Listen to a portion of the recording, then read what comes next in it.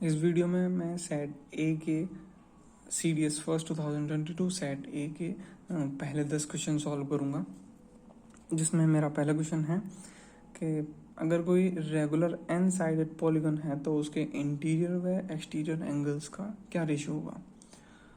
तो उसके लिए मुझे फॉर्मूले पता होना चाहिए कि किसी भी रेगुलर एन साइडेड पॉलिनोमियल के इंटीरियर एंगल कैसे निकलते हैं।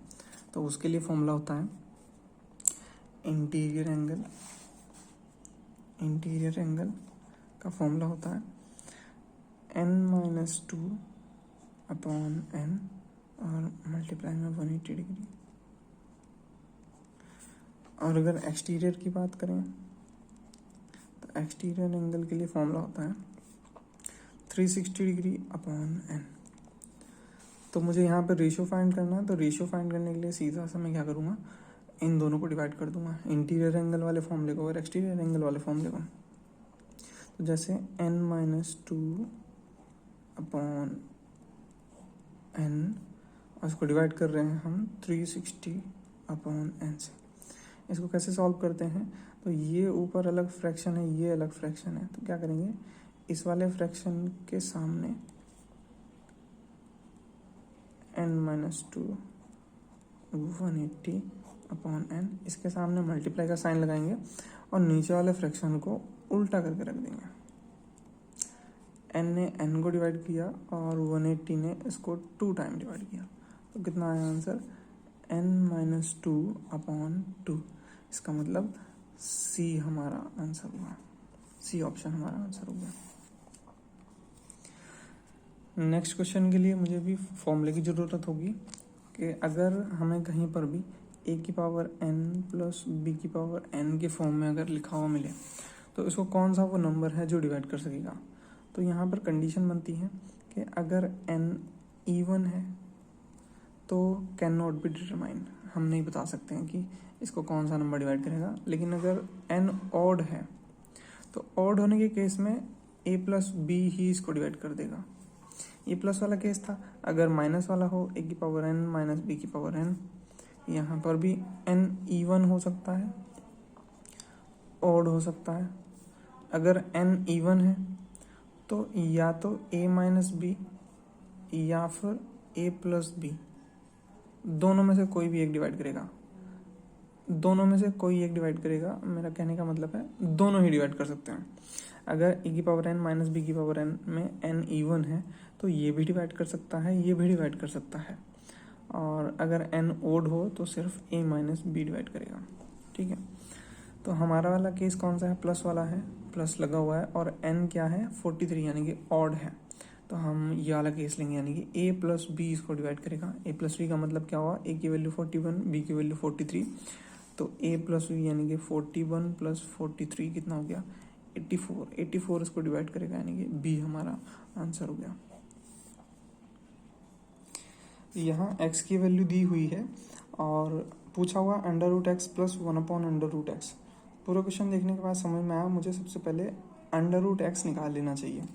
तो इसका अंडर रूट कैसे निकलेगा, ये जो हमें 7 प्लस 4 रूट 3 दिख रहा है तो इसमें हमें अंडर रूट बनाना है। तो सबसे पहले मैं एक चीज़ लिखना चाहूँगा यहाँ पे कि अगर कहीं पर a square plus B square plus के 2a भी लिखा हुआ हो तो हम उसको क्या लिख सकते हैं, a प्लस बी का होल स्क्वायर लिख सकते हैं उसको।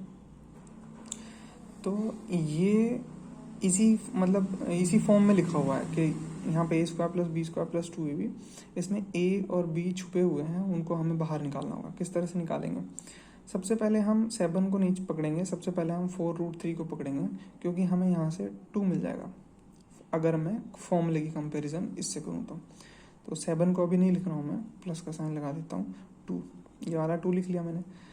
अगर मैं इसमें से 2 कॉमन ले लूँ तो क्या बचेगा, अंदर बचेगा 2 रूट 3।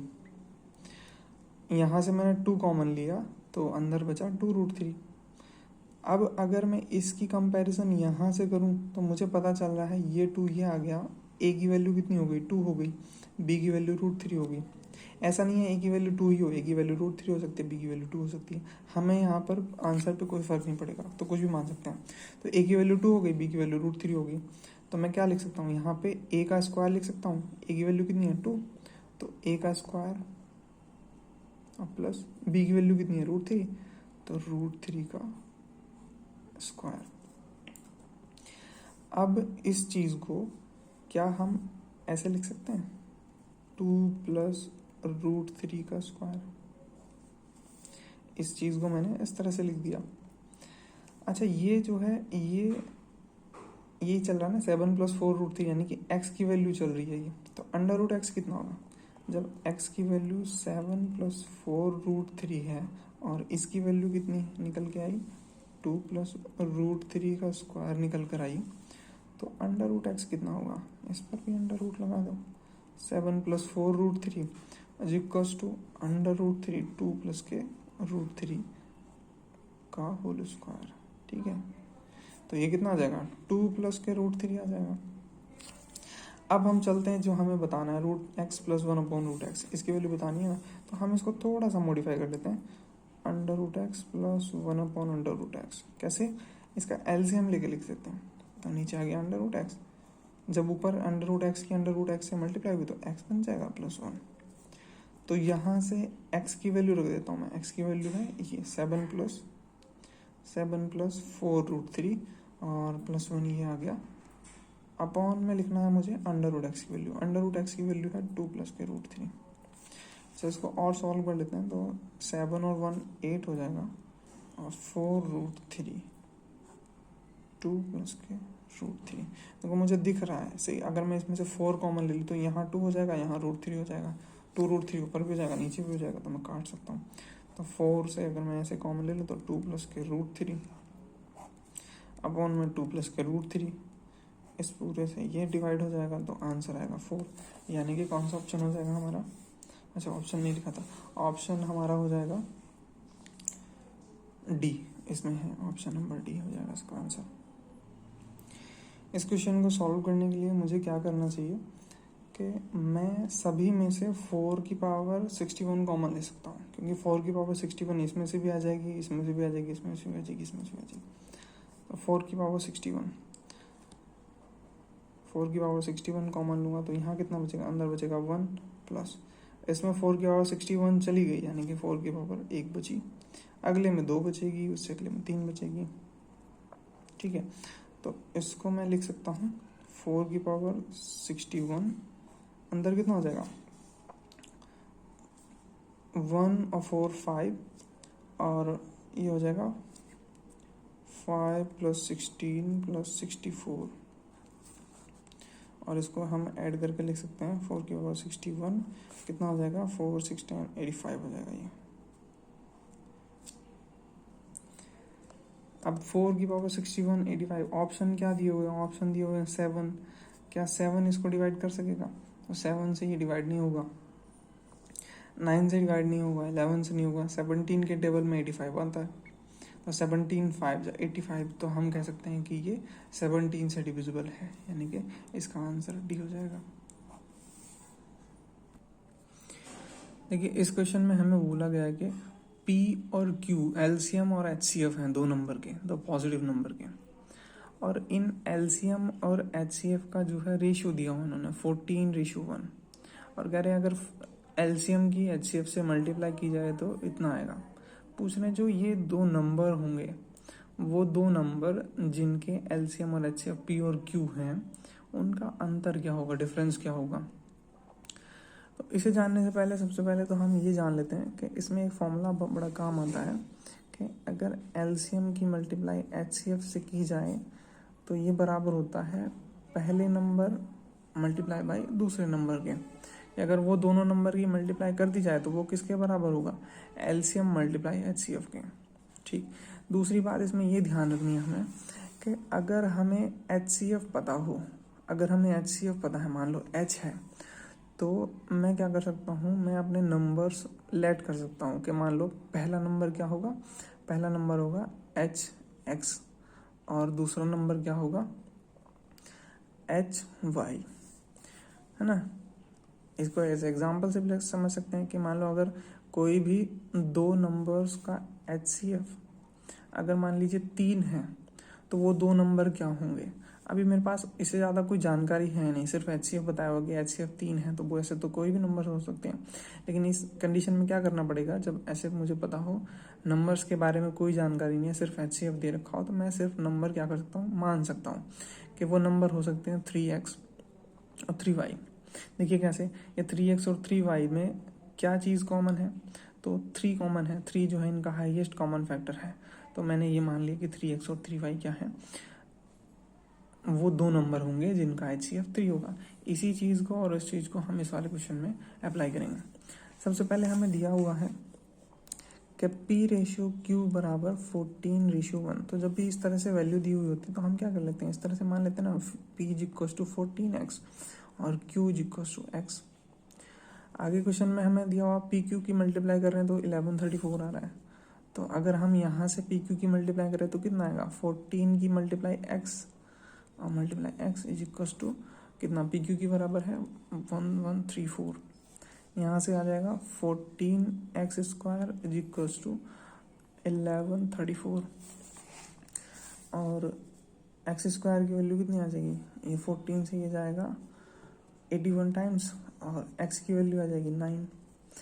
x की वैल्यू 9 आई, इसका मतलब p की वैल्यू हमें पता चल गई कि p की वैल्यू कितनी थी, 14 × x, x की वैल्यू 9 तो यानी कि 126 और q की वैल्यू x थी यानी कि 9।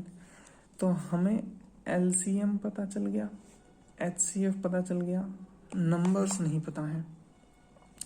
ये वाली चीज़ और ये वाली चीज़, दो चीज़ को हमें ध्यान रखना है कि इनको यूज़ करना है। अभी इसका नंबर है, हमें HCF पता है कि 9 है, तो वो नंबर, दो नंबर क्या होंगे, मैं कह सकता हूँ कि वो दो नंबर होंगे 9x और 9y, ये दो नंबर होंगे। ये मान लिया, ये वाली चीज़ मैंने यहाँ यूज़ कर ली। अब ये वाली चीज़ मैं यहाँ यूज़ करूँगा कि मुझे नंबर्स पता है। मान लो पहला नंबर है 9x और दूसरा नंबर है 9y, तो ये इन पहले और दूसरे नंबर की मल्टीप्लिकेशन किसके बराबर होती है, LCM × HCF के। LCM कितना आया हमारा, LCM आया 126 और HCF कितना आया, HCF आया हमारा 9। तो बस यहाँ से हम सॉल्व कर लेंगे। ये 9 से ये 9 गया और ये 9 से ये डिवाइड हो जाएगा 14 टाइम्स। मैं कह सकता हूँ XY की वैल्यू कितनी आई, 14 आई। अब अगर मैं यहाँ से x और y की पॉसिबल वैल्यूज़ निकालूँ तो 114, एक की 1 हो तो दूसरे की 14 हो, या फिर 2 और 7, ये दो ही केस बनते हैं कि ये दो वैल्यू पॉसिबल है। ठीक है, ये x और y की वैल्यू है, लेकिन हमारे नंबर्स क्या हैं, 9x और 9y।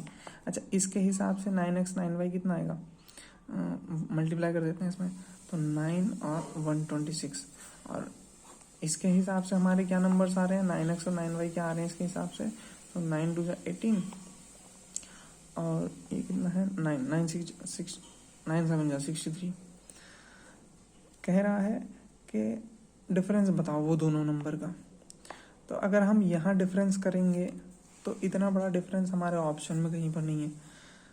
ठीक है, तो हमें क्या करना पड़ेगा, ये वाले वो दो नंबर लेने पड़ेंगे। इनका हम जब डिफरेंस करेंगे 63 और 83 का, तो हमें कितना मिल जाएगा, 45 मिल जाएगा। तो 45 हमारा आंसर हो जाएगा, ये वाला ऑप्शन नंबर सी।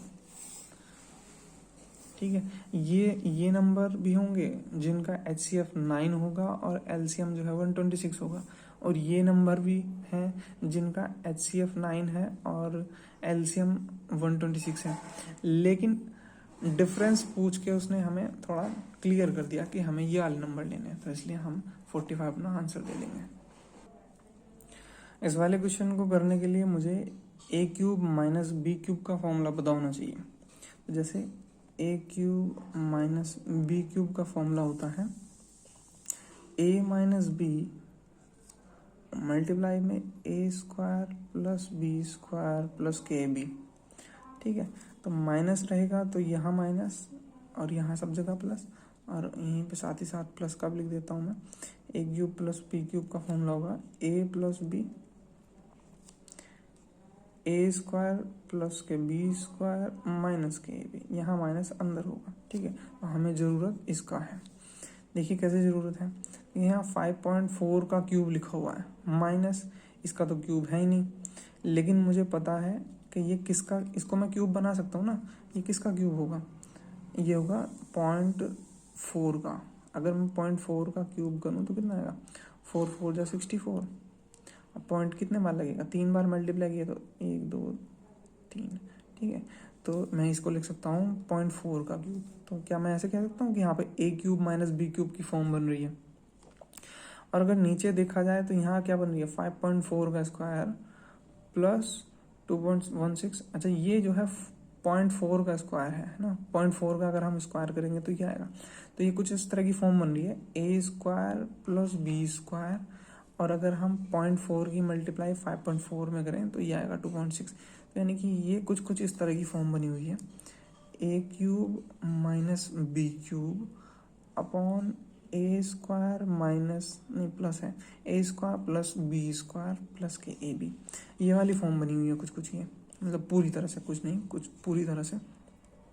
अच्छा, इस वाले फॉर्मूले को अगर हम खोलेंगे तो क्या आएगा, a minus b upon a square plus B square plus के ए बी, और नीचे तो ये लिखा हुआ है ये ए स्क्वायर प्लस के बी स्क्वायर प्लस के ए बी। तो देखो ये दो आपस में डिवाइड हो जाएंगे तो कितना बचेगा, a माइनस बी बचेगा, और a की वैल्यू कितनी है 5.4, और b की वैल्यू कितनी है, b की वैल्यू है हमने निकाली थी 0.4, तो माइनस के 0.4। तो जब इसमें से माइनस करेंगे तो आंसर 5 आएगा, यानी कि सी ऑप्शन हो जाएगा हमारा 6th क्वेश्चन का। ये स्पीड और डिस्टेंस का क्वेश्चन है, इसको हम दो तरह से करेंगे, तो बेसिक और एक हम जो बेसिक से अपना फॉर्मूला बनाएंगे जिसे हम ट्रिक बोलते हैं, तो एक उससे करेंगे। तो एक्चुअली ट्रिक भी बेसिक से ही निकल के आती है, तो सबसे पहले हम बेसिक करेंगे। इसमें लिखा हुआ है कि अगर एक व्यक्ति अपने घर से ऑफिस तक 3 किलोमीटर की स्पीड से अगर जाता है तो वो निश्चित समय से 40 मिनट पहले पहुंच जाता है, लेकिन अगर वो 2 किलोमीटर की स्पीड से चलना चाहे तो वो 40 मिनट लेट पहुंचता है। तो हम इसको कंडीशन में लिख लेते हैं बेसिक के हिसाब से, कि मान लीजिए उसके घर से ऑफिस तक की दूरी जो है डिस्टेंस d है, ठीक है। अब डिस्टेंस, सबसे पहले तो हमें डिस्टेंस और स्पीड के लिए फॉर्मूला पता होना चाहिए। तो distance upon speed is equals to time होता है। इसी से हम ये भी बोल सकते हैं कि distance is equals to speed into time होता है, और इसी से हम क्या बोल सकते हैं कि speed is equals to distance upon time होता है। तो ये तीन फॉर्मूले एक ही हैं, एक दूसरे को बदल के आते हैं, ठीक है। तो हमें क्या करना है, अपना कंडीशन लगानी है कि उसने मान लो अपने घर से इस ऑफिस तक की दूरी जो d मान रखी है मैंने, वो d दूरी उसने 3 किलोमीटर की स्पीड से तय की, ठीक है। तो उसको टाइम कितना लगा, टाइम लगा 40/60। अब देखो ये चीज़ क्या लिखती है, समझने वाली बात है। अगर वो ये लिखा हुआ है कि वो एक एवरेज स्पीड 3 की स्पीड से जाता है, ठीक है। मान लो वो ये डिस्टेंस किसी स्पीड से जाता होगा, है ना, ऐसे, तो वो कुछ समय लेता होगा, टाइम लेता होगा, है ना, एग्जैक्ट टाइम इतना लेता होगा। लेकिन अब क्या किया मैंने, उस डिस्टेंस को किसी दूसरी स्पीड से जा रहा है, तो टाइम कितना होगा, जितना भी टाइम लग रहा था उससे वो 40 मिनट पहले पहुंच गया, अर्ली पहुंच गया। तो इसका मतलब उस टाइम में से मुझे क्या करना पड़ेगा, 40 मिनट घटाने पड़ेंगे, और ये मिनट है तो इसको मैंने घंटे में चेंज कर लिया है। तो यहाँ से ये हो गया। और दूसरे केस में क्या है, दूसरे केस में वो बोल रहा है कि अगर वो वही दूरी 2 की स्पीड से चले तो वो कितना टाइम ले रहा है, वो जनरल टाइम से 40 मिनट ज़्यादा ले रहा है, ठीक है। ये दोनों इक्वेशन बन गई हमारी। हमें बतानी है डिस्टेंस, बतानी है distance between home and office, actual distance जो है। तो एक्चुअल डिस्टेंस बताने के लिए मुझे क्या करना पड़ेगा, अगर मैं यहाँ से भी t की वैल्यू निकाल लूँ और यहाँ से भी t की वैल्यू निकाल लूँ, दोनों को आमने सामने रख दूँ तो मेरी डिस्टेंस निकल के आ जाएगी। तो यहाँ से t की वैल्यू कितनी आ जाएगी, यहाँ से t की वैल्यू आ जाएगी d/3 प्लस 40/6 को मैं लिख सकता हूँ 4/6 लिख सकता हूँ। और यहाँ से t की वैल्यू कितनी आई, यहाँ से t की वैल्यू आई d/2 माइनस 4/6, है ना, t ऐसे ही रहा, ये इधर आ गया माइनस में, तो 4/6 आ गया, ठीक है। तो इन दोनों को मैं आमने सामने रख दूंगा। तो अगर मैं रखूँ d/3 plus 4/6 is equals to d/2 -4/6। अब मैं क्या करूँगा, ये डी वालों को एक तरफ ले लूँगा। कैसे आएगा? अच्छा, मुझे एक चीज़ और ध्यान में रखनी चाहिए यहाँ पे कि ये वाली वैल्यू बड़ी होगी या ये वाली वैल्यू बड़ी होगी। तो जिसमें भी डिनोमिनेटर छोटा हो वो वैल्यू बड़ी होती है ना, तो ये वैल्यू बड़ी है। इसको मैं पॉजिटिव रखूँगा और इसको इधर ले आऊँगा माइनस में, d/3। ठीक है, 4/6 यहाँ पर है और ये माइनस से इधर प्लस में आ गया 4/6। कितना हो जाएगा? 4/6 8/6। 8/6 को लिख सकते हैं हम 2 से डिवाइड करके 4/3। ठीक है, तो इसको डिवाइड करके आया 4/3, मतलब इसको सॉल्व करके आया 4/3 और इसको सॉल्व करके कितना आ जाएगा? 6 एलसीएम आया और 3 की मल्टीप्लाई इसमें, 2 की मल्टीप्लाई इसमें, 3 - 2 कितना हो जाएगा? 1 आ जाएगा। तो डिस्टेंस ये आ गया। यहाँ से हम फिर से निकाल सकते हैं डी की वैल्यू कितनी आ जाएगी? ये 6 यहाँ मल्टीप्लाई में चला जाएगा, यानी कि 4 × 6/3 और 3 से ये गया 2 टाइम्स, यानी कि 4 × 2 = 8। तो डिस्टेंस जो होगी वो 8 किलोमीटर होगी। ठीक है, अब इसी को अगर ये वाला क्वेश्चन जो है सीडीएस में बहुत बार रिपीट हो चुका है, तो इसके लिए हम क्या कर सकते हैं? ट्रिक भी लिख सकते हैं कि ट्रिक कैसे बनी। ट्रिक बनाने के लिए क्या करेंगे, देखिए डिस्टेंस अपॉन, मान लो कोई स्पीड से जा रहा है वो s1 से, तो वो क्या कर रहा है? वो टाइम ले रहा है t - t1, कि अगर वो इस किसी स्पीड से जाए वो तो इतने समय पहले पहुंच जाता है, ये वाली कंडीशन होगी। और दूसरी कंडीशन, अगर वो s2 स्पीड से जाए तो वो समय से इतनी देरी पे पहुंचता है। तो जैसे हमने वहाँ किया था, t की वैल्यू आमने सामने रख दी थी, यहाँ भी रख देते हैं। मैं डायरेक्ट लिख रहा हूँ, t की वैल्यू यहाँ से कितनी आ जाएगी? d/s1 प्लस के t1 और = यहाँ से आ जाएगी d/s2 और माइनस के t2। ठीक है, तो यहाँ से मैं d एक तरफ लिख लेता हूँ, तो डिस्टेंस की वैल्यू आ जाएगी d/s1 माइनस d/s2 = माइनस के t1 माइनस के t2। ठीक है, वो वाला लेना चाहिए था हमें, कोई बात नहीं। तो यहाँ पे हम एलसीएम लेंगे तो आएगा s1 s2 और d को मैं ले लेता हूँ ऊपर से मैं, तो आ जाएगा s2 - s1। ठीक, और यहाँ से कितना आएगा? माइनस के, ऐसे कॉमन ले लिया मैंने, t1 प्लस t2।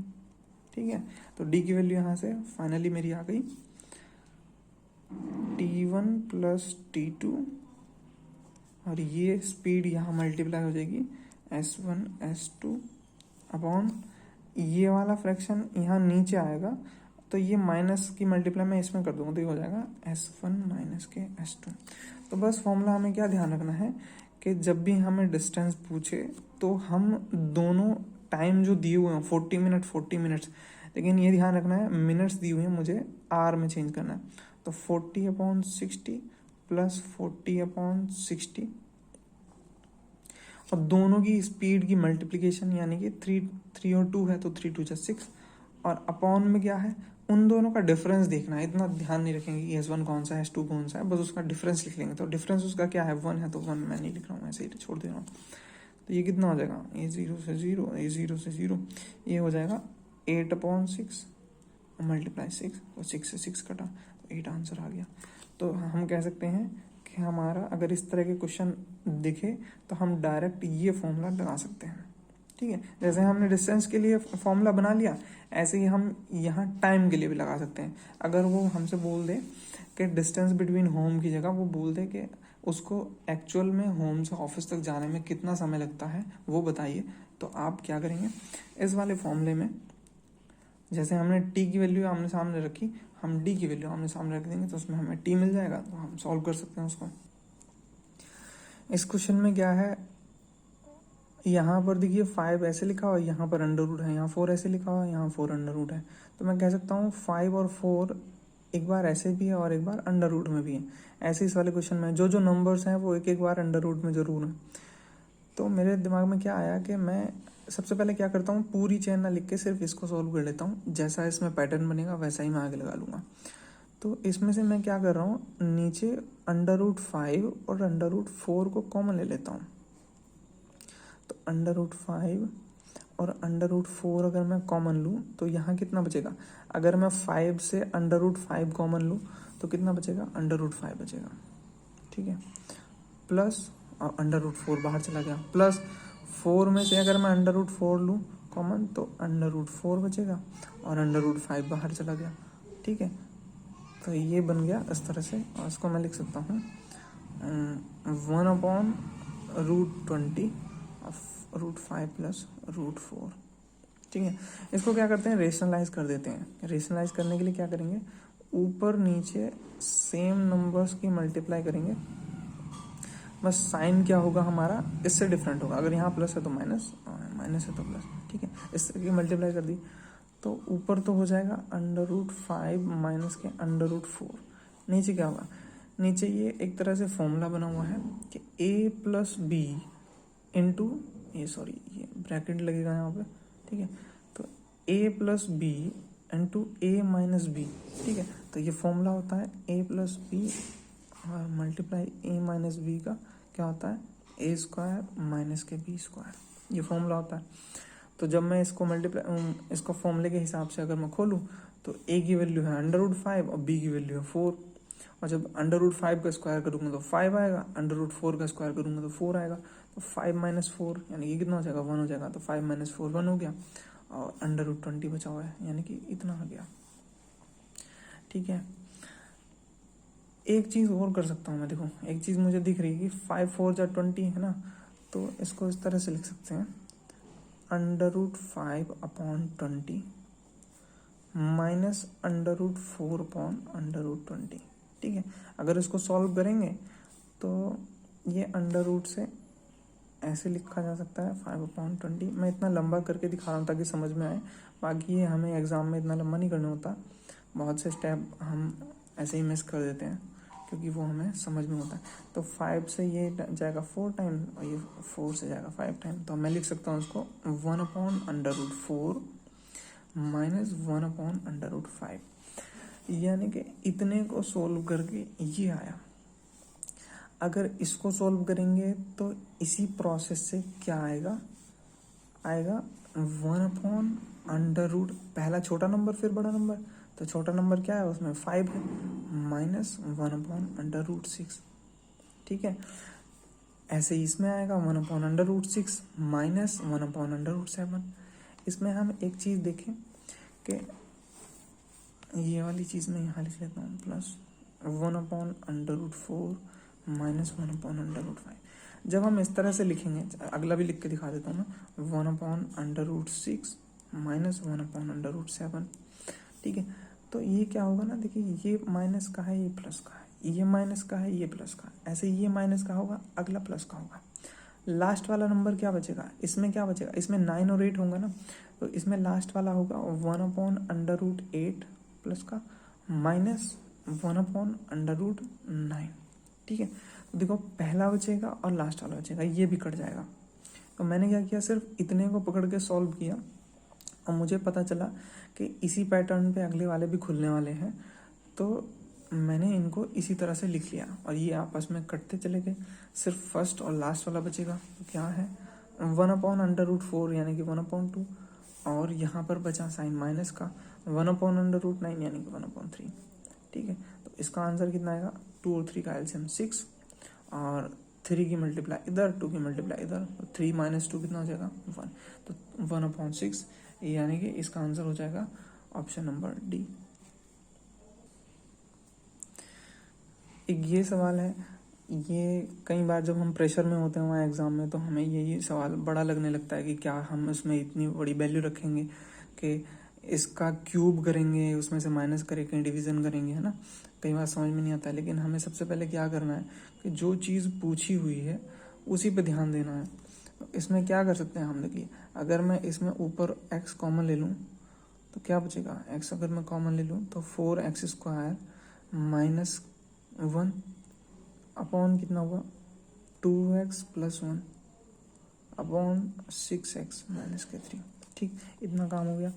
अभी मुझे क्या है ना, ये 4x² को मैं लिख सकता हूँ, इस तरह से लिख सकता हूँ कि नहीं, 4x² को 2x का होल स्क्वायर, 2x का होल स्क्वायर, तो इतने पूरे को मैं लिख दूंगा 2x का होल स्क्वायर, ये लिख देता हूँ यहाँ पर 2x का होल स्क्वायर, और -1 का होल स्क्वायर भी लिख सकता हूँ, 1 का होल स्क्वायर में कोई दिक्कत नहीं है, अपॉन 2x + 1 और 6x - 3। ठीक है, ये फिर से वही वाला फॉर्मूला बन गया, a² - b² वाला, इसको खोल देते हैं। x तो a + b और a - b, 2x + 1 2x - 1 upon 2x + 1 और 6x - 3। ठीक है, तो ये देखो, ये प्लस वाला और ये प्लस वाला सेम है, डिवाइड हो गया। और देखिए क्या कर सकते हैं हम, इसमें से 3 कॉमन ले सकते हैं। अगर यहाँ से 3 कॉमन ले लें तो यहाँ हो जाएगा 2x और यहाँ हो जाएगा -1, ऊपर भी 2x -1 है, तो यहाँ हो गया x। जब इसमें से 3 कॉमन लेंगे तो ये और ये आपस में डिवाइड हो जाएंगे, x/3, और x की वैल्यू कितनी दी हुई है, 9999/3, तो आंसर कितना होगा, 3333। तो आंसर हो गया हमारा सी, आंसर हो गया इसका। देखिए, इस तरह के क्वेश्चन में अगर हम बेसिक मेथड से सॉल्व करने लगें तो ये बहुत ही लंबा, माने 2 से 3 मिनट तो आराम से लग जाएंगे इसमें। और इसमें वैसे अगर इसको बेसिक मेथड से अगर करते भी हैं तो क्या करना होता है हमको, इसको हम n के इक्वल मान लेते हैं और फिर सॉल्व करते हैं। ठीक है, तो अगर हम उस तरह से करें तो थोड़ा टाइम ज़्यादा लगने वाला है। हम क्या करें, थोड़ा स्मार्ट तरीका अपनाते हैं। देखिए यहाँ पर क्या लिखा हुआ है, x + y का होल स्क्वायर फाइंड करना है। ठीक है, यहाँ क्या लिखा हुआ है, यहाँ लिखा हुआ है अगर हम इस पूरे की मल्टीप्लाई इस पूरे से करें तो इसका मतलब 1 आ रहा है आंसर। तो मुझे एक बात पता चली कि अगर इस तरह से मान लीजिए, इसको मैं a मान लेता हूँ और इस पूरे को मैं v मान लेता हूँ, = 1। अगर a की मल्टीप्लाई b से करो तो या तो ऐसा होगा कि a की वैल्यू भी 1 हो, v की वैल्यू भी 1 हो, तभी दोनों की मल्टीप्लाई करके 1 आए। या फिर एक काम ऐसा हो सकता है कि a की वैल्यू -1 हो, b की वैल्यू -1 हो, जब इन दोनों की मल्टीप्लाई करोगे तब भी 1 आएगा। ठीक, तो हम क्या कर सकते हैं, a की वैल्यू 1 रख के देखते हैं पहले, यानी कि इसके = 1 रख के देखते हैं, x + √1 + के x² = 1। तो ये उधर जाएगा, 1 + के x² = 1 - x। क्या करेंगे, दोनों तरफ स्क्वायरिंग कर देंगे। तो दोनों तरफ स्क्वायरिंग करने से क्या होगा, 1 + के x², और जब इधर स्क्वायरिंग करेंगे तो हो जाएगा 1 + के x² और - के 2x। ठीक, तो देखो 1 + के x², 1 + के x² कट गया, तो यहाँ से क्या मैं कह सकता हूँ कि x की वैल्यू 0 आ गई, इधर 0 बचा, = 0 - के 2x, तो x की वैल्यू कितनी होगी, 0 होगी। और अगर मैं यहाँ पर a की वैल्यू -1 रखूँ तब भी x की वैल्यू 0 आएगी। दोनों ही केस में क्या होगा, 0 आएगी x की वैल्यू 0 और y की वैल्यू भी 0 आएगी। जब तुम इसके = रखोगे तब भी y की वैल्यू 0 आएगी। तो यानी कि 0 + 0 का स्क्वायर 0 होगा आंसर इसमें। लेकिन हम जब वहाँ प्रेशर में होते हैं तो हमारे दिमाग में एक ये आइडिया भी आ सकता है कि भाई 1/a × a, इसकी वैल्यू भी तो 1 होगी।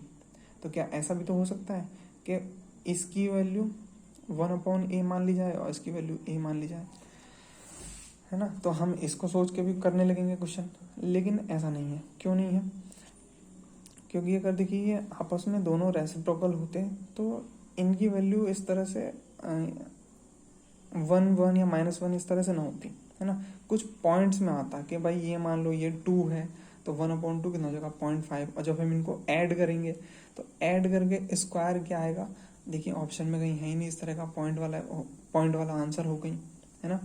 और ऐसा भी समझ सकते हैं, देखो 9 और 4 तो होना ही नहीं था। क्यों नहीं होना था, इन दोनों की मल्टीप्लाई करने पे 1 आ रहा है, यानी कि यहाँ पर या तो 0 0 होगा जैसे यहाँ पे आया कि इसकी वैल्यू भी कंफ्यूज कर दिया मैंने।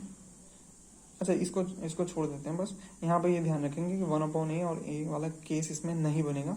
सिर्फ यहाँ तक ध्यान रखेंगे कि या तो इसकी वैल्यू 1 1 हो सकती है, इसकी वैल्यू भी 1, इसकी वैल्यू भी 1, है ना, या फिर ऐसा हो सकता है कि इसकी वैल्यू -1 इसकी वैल्यू भी -1, ठीक है। तो हम अगर इसके हिसाब से करें तो x की वैल्यू 0 आएगी, इसके हिसाब से करें तो x की वैल्यू 0 आएगी और y की वैल्यू भी 0 आएगी। तो 0 + 0 का होल स्क्वायर कितना हो जाएगा, 0 हो जाएगा, ठीक है। तो ये थे फर्स्ट 10 क्वेश्चन के answer. I hope you like it.